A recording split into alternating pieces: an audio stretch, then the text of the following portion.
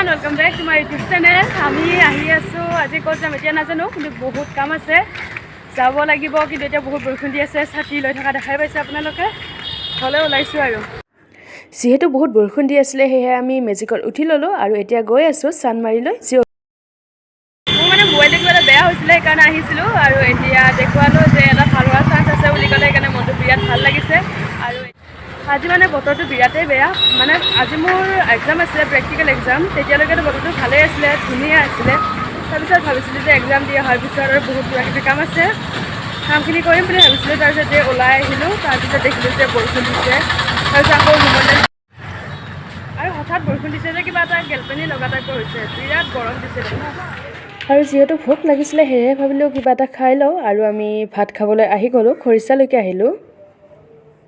আৰু এতিয়া আমি আহিছোঁ খৰিচালৈকে ভাত খাবলৈ বুলি।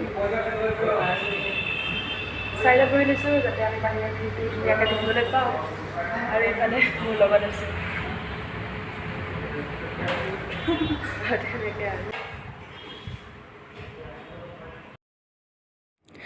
আৰু কিছু সময় অপেক্ষাৰ পিছত আমাৰ ভাত আহি গ'ল।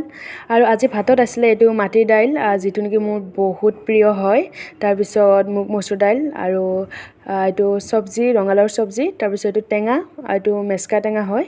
তাৰপিছত অকণমান চাটনি আছিলে, তাৰপিছত আলুসনা আছিলে, তাৰপিছত পুৰা কল ভাজি আছিলে, তাৰপিছত এইটো অকণমান আলু আৰু বিন ভাজি, তাৰপিছত এইটো মেচেণ্ডেৰী চাটনি আছিলে, আৰু লগত আছিলে ঢেকীয়া। আৰু ঢেকীয়া খাই ইমান ভাল লাগে নহয়নে বাৰু? আৰু যেতিয়া ঘৰত থকা যায় তেতিয়া ঢেকীয়া বহুত খাওঁ মই। আৰু আপোনালোকেও ঢেকীয়া খাই ভাল পায়নে? ঢেকীয়া এটা বেলেগ এটা সোৱাদ আছে নহয়নে? ঢেকীয়া পকৰি বনাইও খাব পাৰি, ইমান যে ভাল লাগে। আৰু তাৰপিছত মেচেণ্ডেৰী চাটনি আছিলে, পুদিনাৰ চাটনি আছিলে, সঁচাকৈ বিৰাট ভাল লাগিছিলে।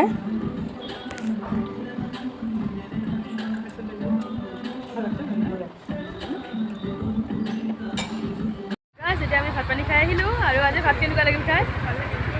ভালেই লাগিছে। আৰু এতিয়া আমি গাড়ী ৰখি আছোঁ, ছায়েন্স মিউজিয়াম যাম, নহ'লে প্লেনেটৰিয়াম যাম, যিকোনো এঠাইত যাম। আৰু তাৰপিছত আৰু ক'ৰবাত যাম, চাই থাকিব। আমি প্ৰথমে প্লেনেটৰিয়াম চাম বুলি আহিছিলোঁ, আৰু আহি গম পালোঁ যে প্লেনেটৰিয়াম বোলে 5 দিনমান হ'ল বন্ধ হৈ আছে, কিবা টেকনিকেল ইছ্যুৰ কাৰণে। আৰু আজিও বন্ধ হৈ আছিলে, কৈছে যে অহাকালি মানৰ পৰাহে খুলিব। আৰু মনটো বেয়া লাগিছিল, যদিও কি কৰিম, আকৌ উভতি আহিব লগা হ'ল।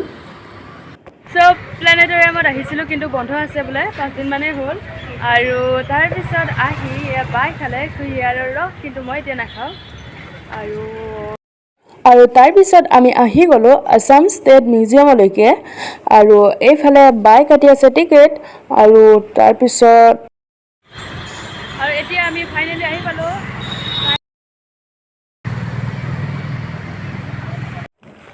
আৰু একদম দিনটোৰ শেষত আমি আহি গ'লোঁ এই গধূলি বজাৰখনলৈ আহিলোঁ।